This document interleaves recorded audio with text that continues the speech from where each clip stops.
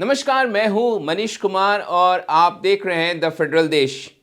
उत्तर प्रदेश में विधानसभा चुनाव के लिए अब केवल सवा साल का समय बचा है। साल 2027 के फरवरी मार्च महीने में वहां चुनाव होंगे, लेकिन अभी से प्रदेश में चुनावी बिसात पर मोहरे बैठाए जाने लगे हैं। तो चुनावी पिच का मिजाज भांपकर प्रदेश में जातीय गोलबंदियां भी शुरू हो चुकी हैं।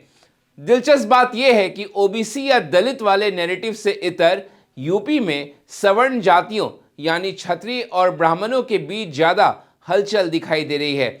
सबसे ताजा गोलबंदी ब्राह्मण विधायकों में देखी गई और उसकी चर्चा भी अब बहुत हुई, क्योंकि खुद सत्ताधारी बीजेपी के करीब 50 विधायकों ने किसी विधायक के घर पर एक भोज में शिरकत किया और ये सभी विधायक ब्राह्मण जाति से आते थे। हालांकि बीजेपी लीडरशिप को यह गुस्ताखी खटक गई। यूपी बीजेपी के नए अध्यक्ष पंकज चौधरी ने ऐसा करने वाले विधायकों को फटकार लगाई। यही नहीं, चौधरी ने सार्वजनिक रूप से नकारात्मक राजनीति से बचने की भी नसीहत दे डाली। हालांकि ऐसा पहली बार नहीं हुआ था जब राज्य बीजेपी के विधायक जाति के आधार पर गोलबंदी करते दिखे हों। सबसे पहले राजपूत समाज के पार्टी विधायकों की बैठक हुई थी, इसके बाद कुर्मी समाज के विधायक मिले और अब हाल में ब्राह्मण विधायकों की बैठक हुई, जो भोज पर एक जगह इकट्ठा हुए। इससे यूपी की राजनीति में ब्राह्मणों की उपस्थिति और उनकी भूमिका को लेकर एक नए सिरे से चर्चा शुरू हो चुकी है।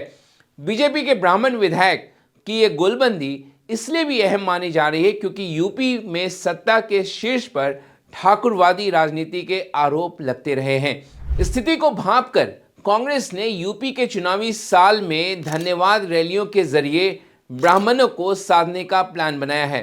कांग्रेस यूपी के कुछ चुनिंदा इलाकों में जनवरी फरवरी महीने में लोकसभा चुनाव के नतीजों के बाद वोटरों को धन्यवाद करने की तैयारी कर रही है।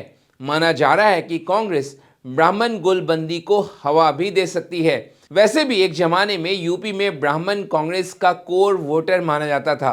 उत्तर प्रदेश के आखिरी ब्राह्मण मुख्यमंत्री नारायण दत्त तिवारी थे, जो कांग्रेस से ही आते थे और वे कांग्रेस के एक दिग्गज नेता थे।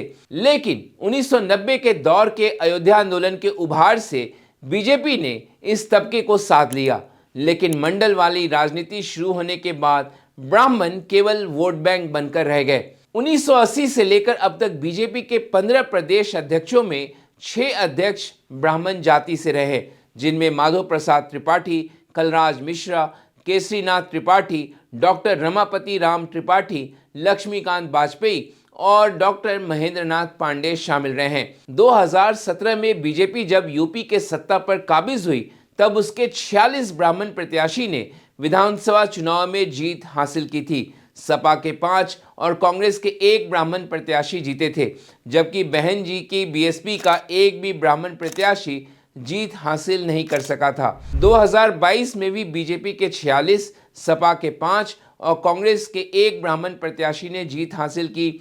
उस वर्ष भी बीएसपी का एक भी ब्राह्मण उम्मीदवार चुनाव में जीत हासिल नहीं कर सका था। सीएम योगी के मंत्रिमंडल में 55 मंत्रियों में से 7 ब्राह्मण हैं, जबकि उत्तर प्रदेश में ब्राह्मण समाज के दबदबे का अंदाजा इसी से लगाया जा सकता है कि प्रदेश के कुल आबादी का 10% यानी 2.5 करोड़ आबादी ब्राह्मणों की है। इस प्रदेश में 90 से 80 ज़्यादा विधानसभा सीटें हैं और 18 लोकसभा सीटें हैं, जहाँ चुनाव में किसी भी उम्मीदवार के भाग्य का फैसला ब्राह्मण ही करते हैं। फिलहाल 403 विधानसभा सीटों वाले उत्तर प्रदेश में 51 विधायक ब्राह्मण जाति से आते हैं, जबकि 10 लोकसभा के और 4 राज्यसभा के सांसद ब्राह्मण जाति से हैं। 2007 में आपको याद होगा, बसपा सुप्रीमो मायावती के ब्राह्मण दलित सोशल इंजीनियरिंग के बदौलत बसपा को उत्तर प्रदेश में पूर्ण बहुमत मिली, जिसमें दलितों, मुख्यतः जाटव और उच्च जातियां खासतौर से ब्राह्मण को एक साथ लाकर ब्राह्मणों को बसपा से जोड़कर एक नया राजनीतिक समीकरण बनाया गया, जिससे मायावती को बड़ी सफलता मिली थी और वे मुख्यमंत्री बनी। हालांकि बाद में ब्राह्मणों की शिकायत रही कि उन्हें सिर्फ वोट के लिए मायावती ने इस्तेमाल किया और लाभ सत्ता में आने के बाद कुछ ही लोगों को मिला। वैसे यूपी की राजनीति में ब्राह्मण एक प्रभावशाली वर्ग माना जाता है, लेकिन मौजूदा समय में सत्ताधारी दल के ब्राह्मण विधायकों को शक्ति प्रदर्शन करना पड़ रहा है। इससे उनके भीतर की बेचैनी को समझा जा सकता है। ऐसे में सवाल उठता है कि क्या 2027 में यूपी के विधानसभा चुनाव में सवर्ण जातियों की गोलबंदी देखने को मिलेगी, जो कि बीजेपी को परेशान कर सकती है। 2027 का विधानसभा चुनाव वैसे भी बीजेपी के सामने बड़ी चुनौती के समान है। 2024 के लोकसभा चुनाव में मिले झटके के बाद पार्टी के लिए यूपी में हैट्रिक लगाना एक बड़ी चुनौती होगी।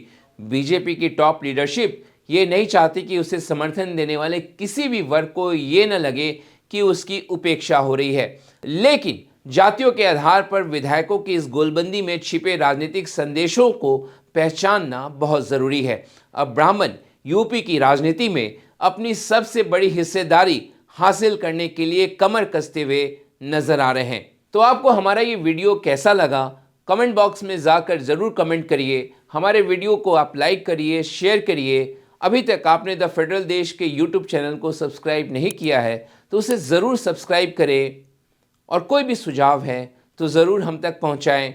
आज ये वीडियो देखने के लिए आपका बहुत बहुत शुक्रिया। धन्यवाद।